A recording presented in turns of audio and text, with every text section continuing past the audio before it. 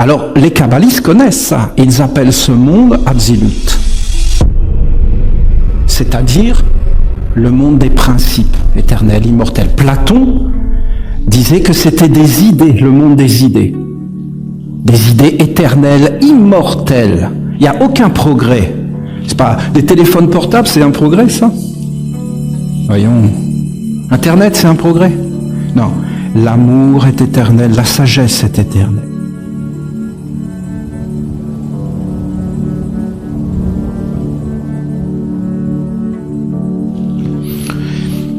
On adorait les arbres. On disait que Dieu est dans les arbres. Mais vous savez, il y a de quoi, hein? Parce que c'est quand même la vie. Et on disait l'arbre de la vie. L'arbre de la vie au milieu de l'océan cosmique. C'est-à-dire, on est dans un océan sans limite, un univers. Et là, il y a un arbre qui apparaît dans cet univers. Et cet arbre, c'est un Dieu majestueux. Un Dieu. Il n'apparaît pas de rien parce que tout est en mouvement. S'il n'y a pas le mouvement, c'est-à-dire l'âme, il n'y a pas d'arbre. Mais l'arbre était la révélation des mystères. C'était une écriture, un livre de Dieu, un hiéroglyphe. Et on adorait les arbres. Et on vénérait les arbres. Et on cherchait à comprendre le message des arbres. Et on savait qu'on vivait avec les arbres. Et qu'il y avait un lien, une harmonie. Beaucoup de choses. Raphaël, dans le temple, à la dernière célébration, il a donné un message sur l'arbre. J'espère que vous allez avoir ce psaume très rapidement et on va tous s'organiser, vous allez voir. On va faire beaucoup de choses nouvelles chez les Esséniens, une nouvelle organisation, pour que vous ayez plus l'enseignement en direct. Un psaume merveilleux sur les arbres. Vous voyez l'arbre, c'était ça. C'était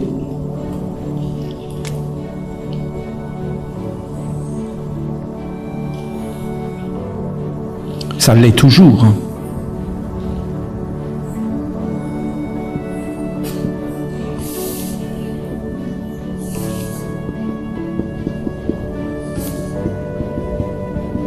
C'était ça. Le soleil, quelque chose qui sort du sol, des ténèbres, en décomposition ici. Pas très agréable ici. C'est en décomposition. Quelque chose qui sort, qui jaillit et qui donne nourriture, fraîcheur et vie, respiration, qui transforme la vie sur terre, respiration. Un être qui vit, qui parle avec les étoiles, avec les mondes. Et un être qui incarne des valeurs, des vertus. Hein? C'est une poire, c'est une pomme, c'est un avocat, c'est une orange. Il y a des vertus, c'est de la médecine, c'est des fumigations, c'est de l'encens, c'est de la sève, c'est des mondes. Alors c'était comme quelque chose qui nous parlait, que même un enfant, il sort de la terre. Et lui aussi, il devient comme quelque chose qui va vers le soleil, vers les étoiles et vers la grandeur. Il y avait des choses qui nous parlaient à notre âme. Après, vous avez les Hébreux, les Juifs. Mais en réalité, les Yahoudés, c'est ça leur nom. C'est un peuple. Avec le judaïsme, la religion de Juda, c'est-à-dire de Yahoudé. Yahoudé, c'est de l'égyptien ancien qui veut dire des prêtres, des adorateurs de Dieu, les prêtres d'Égypte. Les Yahoudés, les Juifs, les prêtres d'Égypte. Et ces prêtres, ils ont gardé un savoir caché de l'Égypte. Et c'était quoi ce savoir? Ce savoir, c'était l'art égyptien, et l'art qui est encore plus ancien que l'Égypte. Comment faire un corps à Dieu, pour que Dieu soit vivant au milieu de nous. Et qui est ce Dieu qui recevait l'onction, c'est-à-dire qui avait été oint? Le Christ, celui qui a reçu l'onction, le Christ, le roi.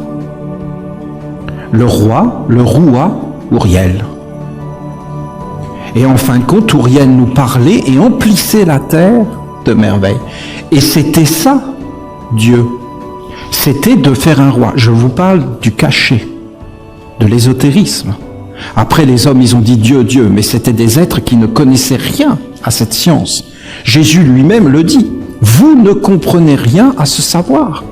Ce n'est pas le Dieu des morts, mais c'est le Dieu des vivants qui était vivant dans Abraham, vivant dans Isaac et vivant dans Jacob. Et il cite la lignée des rois d'Israël. Israël, Ish, Ra, le soleil, Dieu. Le peuple des adorateurs du soleil, de Dieu le soleil, les Égyptiens. Et en fin de compte, c'était ça le savoir. Après, ils ont donné un savoir caché, la Kabbalah, la Kabbale, la tradition, le savoir qui se transmet, la transmission du savoir, la transmission du sacerdoce et la transmission de la royauté et de la dignité. La Kabbale, c'est quelque chose d'égyptien. Le Ka, c'est-à-dire la force qui crée les corps. Ba, c'est-à-dire l'âme. Et La, c'est-à-dire Dieu. La maison de Dieu, la Kaaba chez les musulmans. La Kaaba, elle, la maison, Kaaba, la maison de Dieu.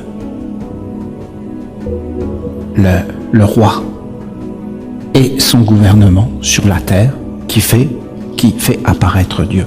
Alors dans cette Kabbale, ils ont mis un pilier central qui était l'arbre de nouveau, l'arbre de la vie, l'arbre des séphirotes, des sphérias, l'arbre avec les 10 sphères.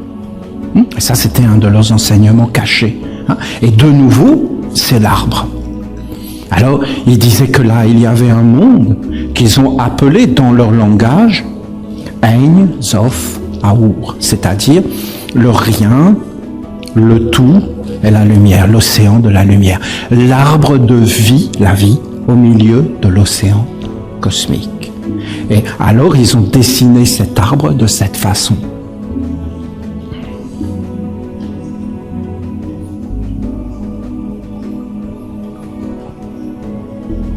Et voilà, ils ont dit c'est les 10.